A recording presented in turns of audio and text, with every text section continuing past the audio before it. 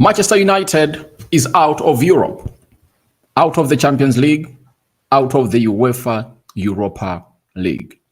Welcome to the United Matters channel. It has been a night that most of you are not going to hate to enjoy at Old Trafford. It has been really a abysmal display at the club of Manchester United. Old Trafford was all silent because we couldn't obviously create a moment that could obviously force these fans of United off their seats. Eric Ten Hag again continuing to obviously see to it that he makes another mistake that I've gone ahead of to call him out for. And today, I believe that's the reason as to why we lost the game of football. That's the reason as to why we went ahead to lose this game of football, and it was because of Scott McTominay again. I told you and ask you, tell me an elite team that can play a player who cannot really pass the ball as a central attacking midfielder. That is the big question, because you cannot come here and tell me that Scott McTominay is the best person to come in through and obviously play as a central attacking midfielder. For the whole of that entire game, Scott McTominay has been played ahead of Bruno Fernandes. And even the previous game of Bournemouth, he did it. And we went ahead to obviously lose. And Eric Ten Hag just couldn't see it that we are lacking someone to obviously help us click. That is it. We lacked someone to connect the midfield to the attack because Amrabat closed down very well, though he was really isolated. I'm going to talk about that a lot. But Bruno Fernandes was playing as a deep-lying midfielder. And where do you find it? How do you play your best central attacking midfielder out of position? That is out of this world. And today, I think we lose this game of football because of Eric Ten Hag. You know, I'm not complaining about him starting Scott McTominay, but why do you play Scott McTominay ahead of Bruno Fernandes? That is really something that you shouldn't even come here and really debate about. It's very, very, very anti-football that Eric Ten Hag is trying to do. And if he continues to obviously see himself really doing that, then he's going to put his job at a risk. If he's going to put Scott McTominay play ahead of Bruno Fernandes, Bruno Fernandes is out, but if I'm always going to play Scott McTominay ahead of maybe Kobe Manu or Donny van de Beek in the game that we're going to play away at Liverpool, then that's already a lost game. It's already a game that you're going to hate to lose because you can't do that. You can't do that. And it's unacceptable for a club like Man United to be playing like that. It's like we're not having players who can play in these positions. It was something simple. Let Bruno play in his position and let Scott McTominay play in his position. Let Scott McTominay play let him play into the double pivot and let Bruno Fernandes drop a little bit and obviously try to pick that ball. And Scott McTominay is really trash. I've gone ahead to let you know that every time he doesn't score a goal, he doesn't look good. And ask me, do we need Scott McTominay as a goal scorer? I'll tell you no. We don't need him as a goal scorer because we are having people that can score goals. Rasmus can, Garnacho can, Bruno Fernandes can. Now, the moment you go in today and you really put in a shift like that, then we have to look at the manager. However much the team has gone ahead to really play with discipline and we've gone ahead to concede a goal, but in this game, we all came in through with an opportunity to see that we obviously go ahead and do the needful. Because if you play Scott McTominay ahead of Bruno Fernandes, you are really costing the team because we had the balls in the midfield, but we lacked that killer instinct, that killer pass from the center of the park. And it really went ahead to see to it that Garnacho, Anthony were not obviously released in better places because Bruno was being played far off, far off his central attacking position. That is really something that Eric Ten Hag needs to address from today because, guys, we are fed up of coming in here and obviously saying the same things, because if you are really a proactive manager in your game of football and the style of play, how do you surrender Bruno Fernandes into the double pivot alongside Amrabat? That is really bad.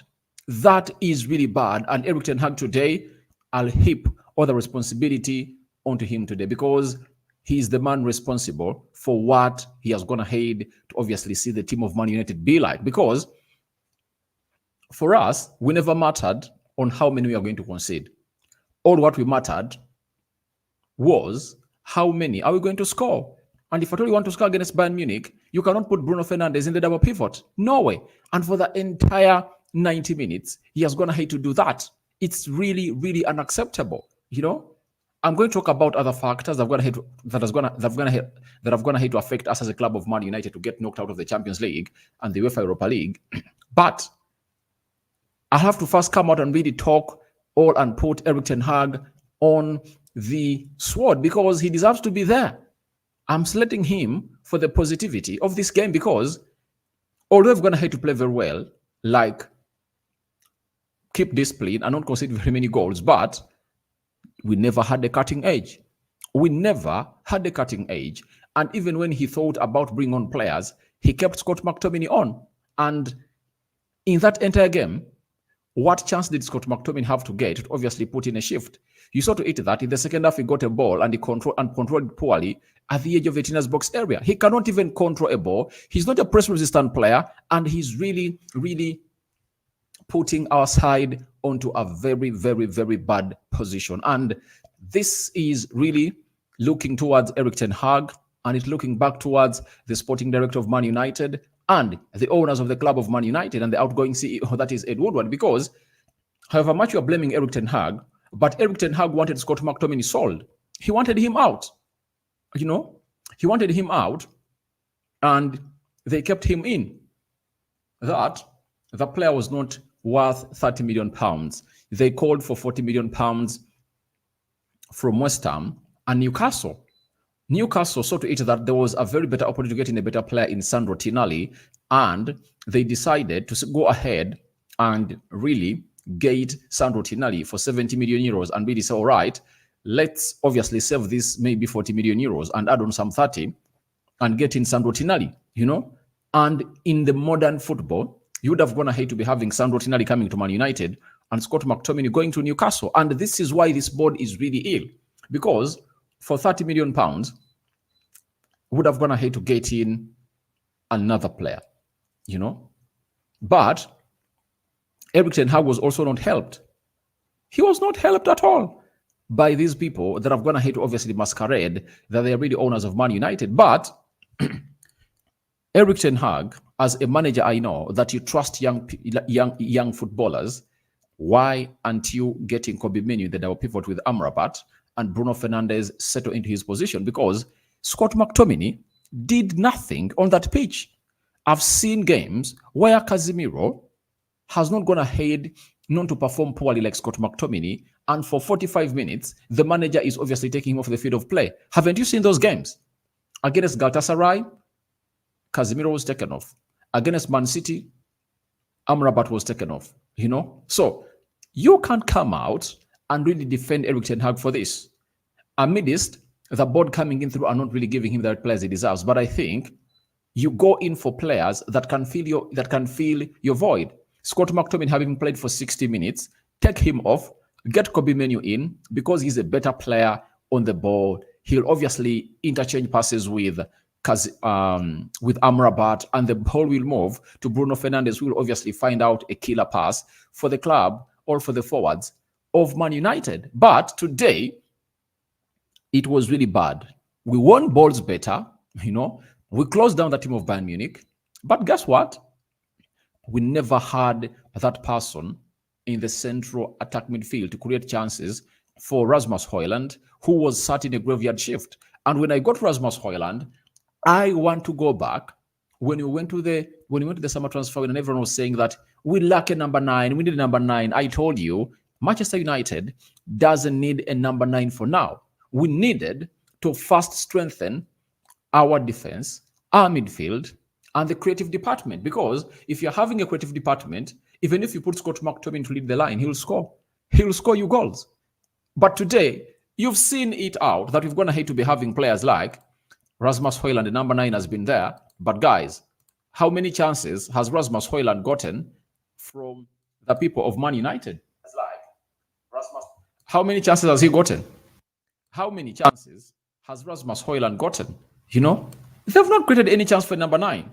And these are lies that these pundits go ahead to obviously spread that are really poor lies that I'll never at any one point really sit and obviously go ahead and obviously say, all right, they've gone ahead to tell us something true. For me, it's really wrong. It's something wrong. It's very, very wrong to come out and really say that a team lacks the number 9, yet that team does not create chances. That is really the biggest lie, and it's hoodwinking people, because all right, the number 9 is there. What is he going to hate to do? And I remember people coming out and really slating Anton Martial in the game of Bournemouth that Martial couldn't start. I have a friend who ran the YouTube channel of Man United, came out and really slated Ten Hag. You started Anton Martial. He had nothing to do. Rasmus Højlund would have gone ahead to start. Now I ask you, Rasmus Højlund has gone ahead to start. He has gone ahead to play 90 minutes. What does he have to do? What has he had to do on that pitch? I'll tell you nothing. Do you know why he had nothing to do on that pitch? Because, hear me out, no creativity. He was in a graveyard shift. And that is the same thing that Anton Martial was at when you're playing against Bournemouth. He was in a graveyard shift, and no one could come close to obviously put in a shift, to obviously release him and maybe create a chance for the number 9 of Man United. These are things that we talk about, and when we talk about them, people believe that. So already think that maybe we are biased about other people's decisions, but this is a fact. This is a fact. How many chances has the club of Man United, hosting the game at Old Trafford, gone ahead to create for their number 9? 0 chances. 0 chances. So stop lying to yourselves. And this is where I fault Erik Ten Hag in the summer transfer window. Have you looked at how Kim Min-jae's gone ahead to perform tonight?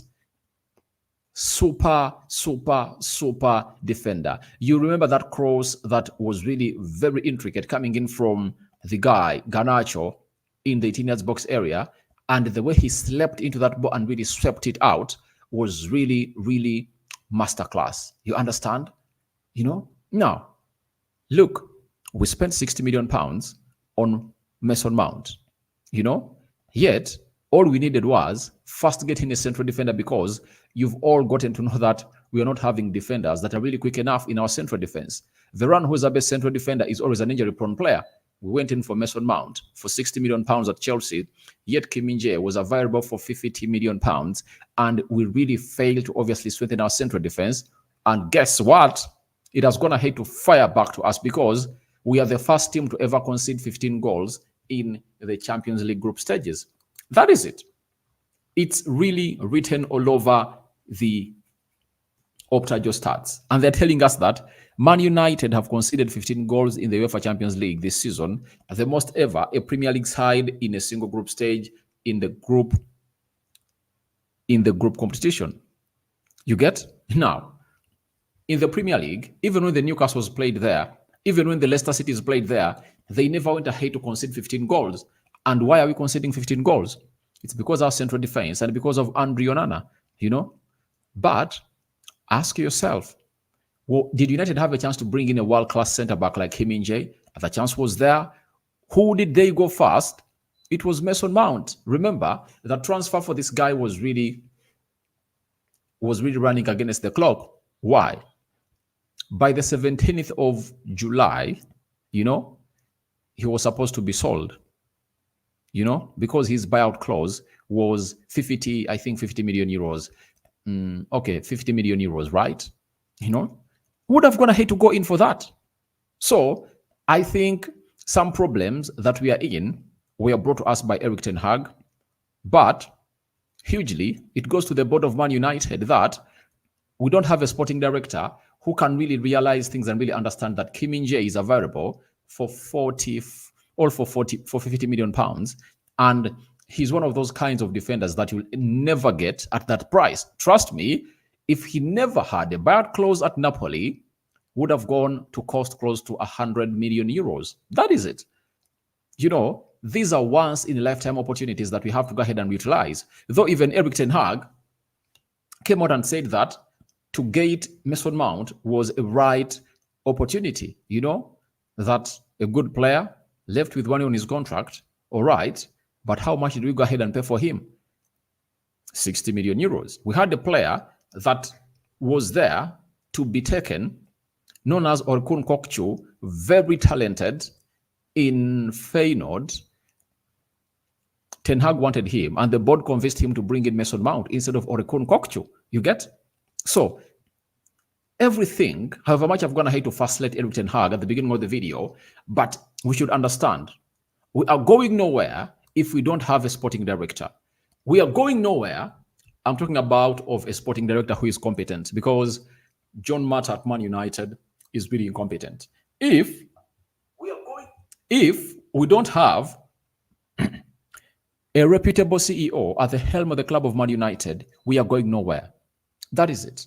This is why we need Sir Jim Ratcliffe to come in through and really make a very good post-mortem of this club, and then see how we are obviously going to go ahead and obviously take ourselves to the next level as a club of Manchester United, because it's really haunting that we are bringing in players expensively and we are not scouting them right, because Erik ten Hag is his own scouting director. Erik ten Hag is the scout of Man United. Erik ten Hag is the technical director. Erik ten Hag is the sporting director. You know, he talks to these players, he convinces them, and the only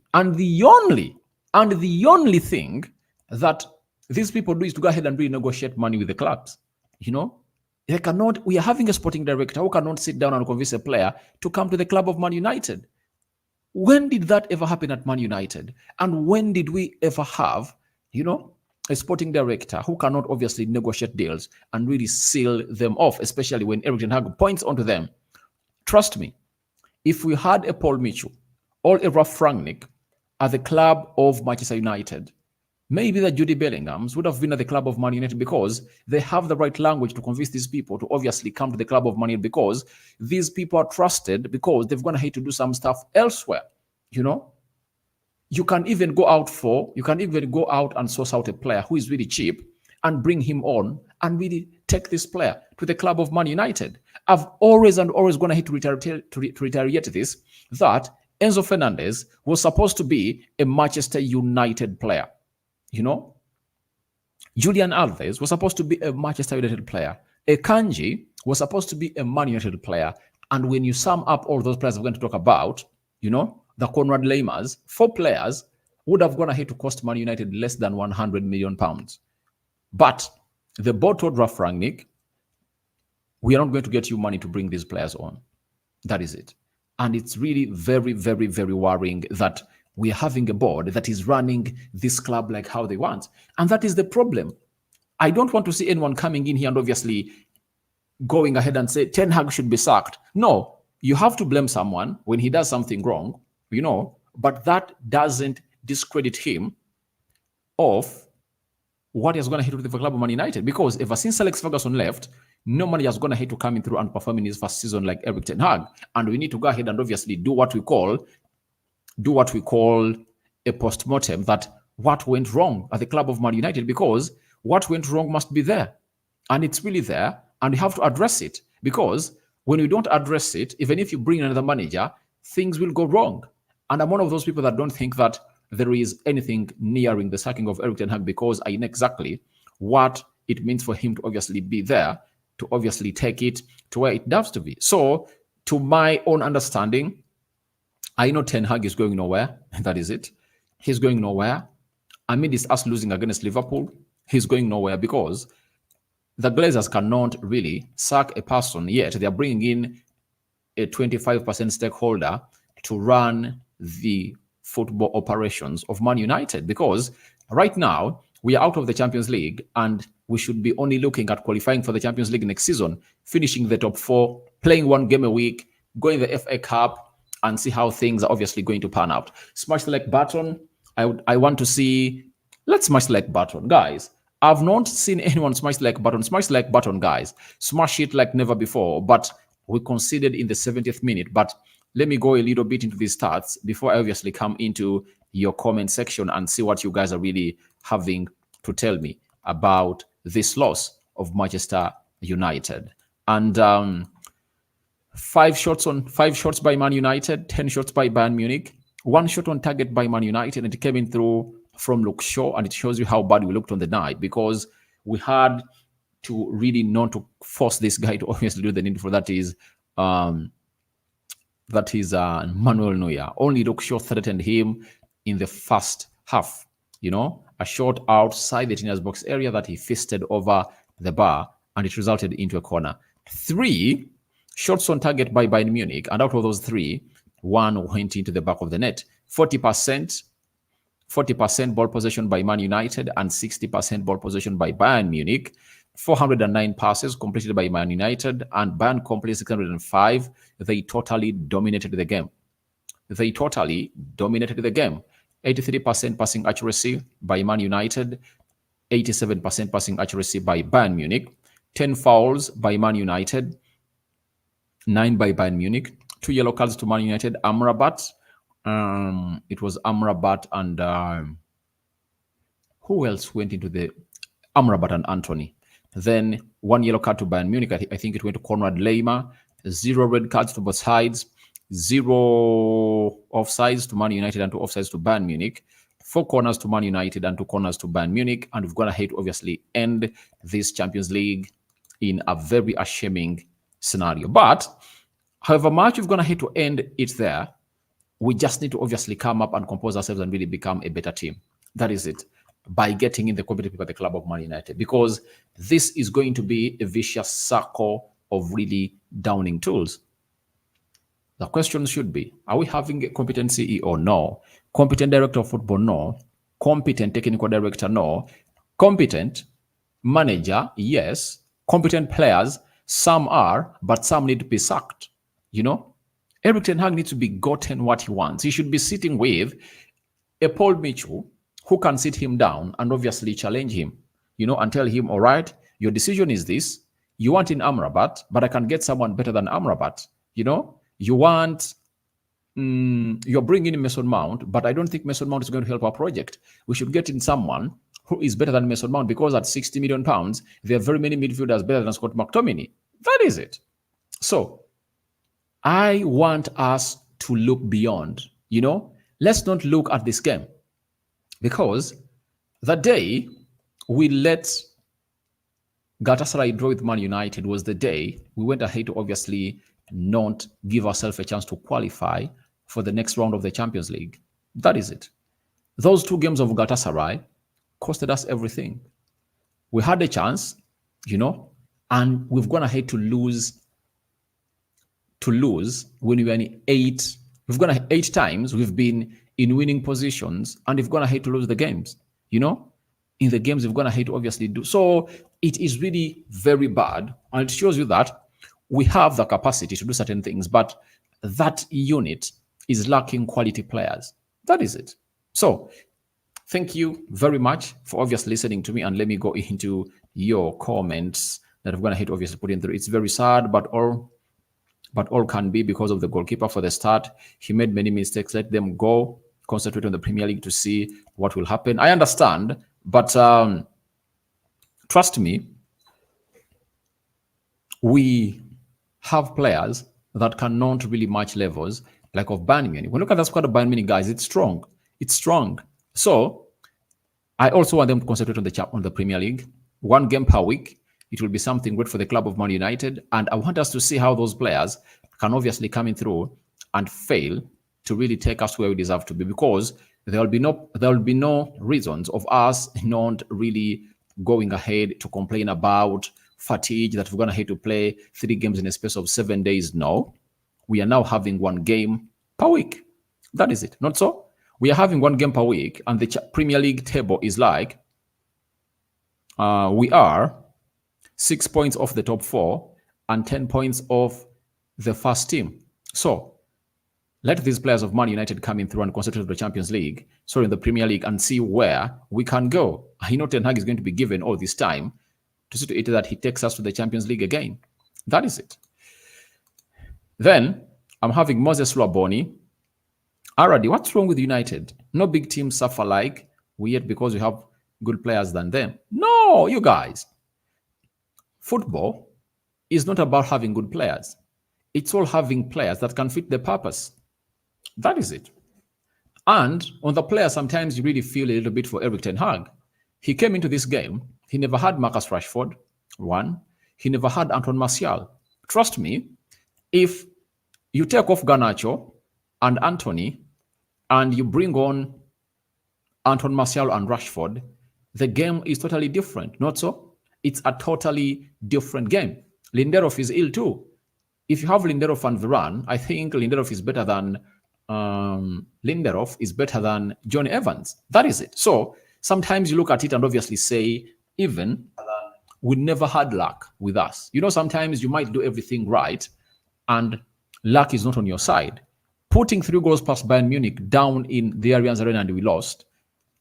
Scoring 2 against Galatasaray at Old Trafford and we get a red card.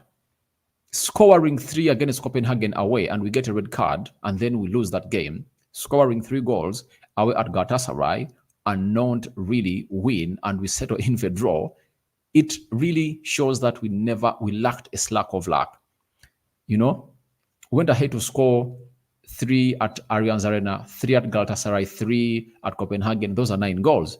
Then went ahead to score 1 against Copenhagen at Old Trafford. Those are 10. 2 against, those are 12. So we've gone ahead to obviously score close to 12 goals and we couldn't obviously defend. We conceded 3 more of those that we scored and we couldn't obviously make it. So I would love to really come in front, obviously feel a little bit for Erik ten Hag that he wouldn't like to come in this game. We're not having Casemiro, He would love to be having the likes of Mason Mount around, the likes of Rashford, Anton Martial around, Luke Shaw coming in through and obviously going ahead to really maybe get an injury, Harry Maguire getting an injury, So luck was not the side of Man United and the injuries are really increasing a lot and it's really a worrying bit as we obviously go to play against Liverpool over the weekend. Very, very, very, very worrying for the club of Man United.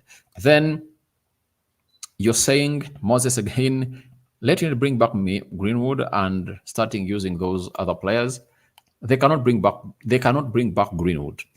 That is it. And I don't see him coming back. Amidst efforts being there to obviously see how they obviously come out with it, to get orchestrated, but I don't see it happening. Mohamed Assam, my God, all right, I really understand. Then classic roofing. The problem with Man United is the manager because his team cannot control the game. They play distance apart. Players are seriously isolated. For me, when you talk about that, first look at who is the problem for all that. It's the board. It's the board. Are these the players that Ten Hag wanted, in the first place? Because he has been let down by the board. He has been let down by the board. So I cannot come here and I really select Erik ten Hag without selecting the board because they cannot get him the players he wants. And Zaku Lewis, United right now is in a mess. And I know the cause of this. You know what is causing the mess? The uncertainty at the club of Man United. Sir Jim Ratcliffe, for the past 2 months, we've been told that he's going to be announced as the 25% minority stakeholder in the club of Man United. Has anything gone ahead to progress? The answer is no. Then Keith Marshall, Ten Hag needs to be sacked. I cannot really allow that. I cannot really allow that. You think sacking is always a solution? Ten Hag has performed 100 times better than how Arteta performed in his first 2 seasons.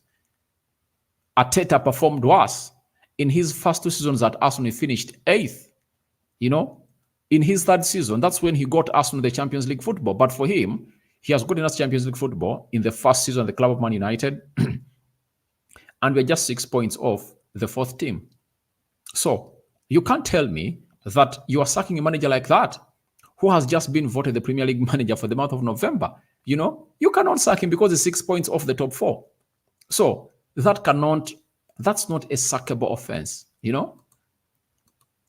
Mohamed Assam, I never see. You never see the board. I think they're going to move them on because Richard Arnold has left and they're going to bring in Jan Cloud as the new CEO. Then, because Jan Cloud visited Old Trafford and Carrington, I think like last week. So they're going to come in through and obviously take over Man United. Ahimbisiwe Humphrey, Ten Hag is just waiting time. He's not wasting time, you people. Sometimes people tend to forget, but look at the teams you're competing with. Liverpool had to wait for how many years for them to win, their first serious trophy. They won their first serious trophy of the Champions League in 2019. Not so. That's when they won it. But Jurgen Klopp was there from 2015. It took him 4 years to do that. You are judging Erik ten Hag in just 1.5 seasons. He's just here for 18 months. And you are judging him like that. I don't really believe in that. Then we are having, I'm having Gonzalo. I can't stand the lack of Ten Hag's ability to make the right substitutions. We only swap man by man, same position, no creativity, lack of tactic, lack of creativity. But he's having injuries because if he had Ericsson, he had Casemiro, I don't see Scott McTominay in the starting 11 of that guy, So for me, all I really think about is Manchester United getting Eric Ten Hag competent people to work with. That is it. I'm also going to talk about his substitutions because I see no reason as why Scott McTominay was left on the field of play. Why for? You understand? But amidst all those, I still love him to be the manager of Man United because I see a lot in him that is obviously going to set us to the levels where we want to be. Look at how he's treating Jadon Sancho. He has gone ahead to impose himself for the club of Man United, and that's what makes him my manager. Happy Chris. United problems have been recurring since Sir Alex Ferguson left the club. No need to blame Eric Ten Hag. We having average players. By the way, Ten Hag needs to sweep out all those players doesn't want. We need to sweep them out and get in players that can obviously do this. This is what Arsenal did, and they're enjoying victory. After how many years? They had spent 7 years without playing the Champions League. They last played the Champions League in 2016. But guess what? They're back in the Champions League with a bang. They're going to hit top their group. And on Thursday, they're going to be drawn in the first spot. So, guys, let's all get to understand that it's really not Eric Ten Hag who is the problem. These problems are recurring from Sir Alex Ferguson. And who is the problem? It's the people on the top that we need to obviously get out of this club. Kakuru Vian, but Evans and Amrabat have played well. They played well. Amrabat really played very, very, very well. And I really like the way he really put in a shift today. And he's showing us that he is really that guy that has gone ahead, obviously coming through and really playing. His previous 3 games, I think he has been one of the best players on the field of play. Then Kakuru Vian, I'm giving Ten Hag time, but he's not realizing that. Ten Hag is really, he needs time. He needs time. Who tells you that Sir Alex Ferguson came in at Man United and obviously hit the ground running? It took him 5 years to win his first trophy at the club of Manchester United. That is it. And they are going to sack him. But if it were not for that trophy, he would have gone ahead to get sacked. But we gave him 4 years. And I would love to see to it that we really keep a manager around for 4 seasons and see how things are going to happen. That is it. Let's keep him around for 4 seasons. Saxias Motale, no confidence in Ten Hag and Andre Onana, let him go. I won't reply to you because if you're really looking there, you're just short-sighted. You're just short-sighted, and that is just inflammatory because if we've seen ourselves score 12 goals and concede 15, ask yourself, what has been the cause? All right, it has been the goalkeeper. But have we played all these games with most of our squad? The answer is no, So don't come out and say this guy is exact. And he's not utilizing the time given to him. He's utilizing it well, but he has nothing to do, I went ahead and blamed him about Scott McTominay, but capable players that can play in those positions are there, but they are injured. Emerson, will all the problems we have, we didn't deserve to be in the Champions League? I think we deserved because we finished third. We deserved because we finished third. So we are out of the Champions League, but I do believe that this should be a starting point to obviously reflect on what is not going right at the club of Man United and what should be changed. And we should start off at the top level and really make things happen. Thank you guys for watching through. That has been my match reaction for United 0, Bayern Munich 1. We've been knocked out of the European tournaments. These people who say Ten Hag out, they have just started watching football. United have a lot of problems. Ten Hag needs time. And before I obviously sign out, I want to tell you something. Sir Alex Ferguson, from 2000, it took him, I think, 3 seasons to build another team that really went ahead to compete and really won the Premier League 3 times. He played in 3 Champions League finals, but it took him 3 years. Yet he was at the club. He had been at the club for 10 plus seasons, you know. From when Arsenal were the invisible, you know, Jose Mourinho came in through and won the Premier League. 2020, 2004, 2005, Jose Mourinho won it.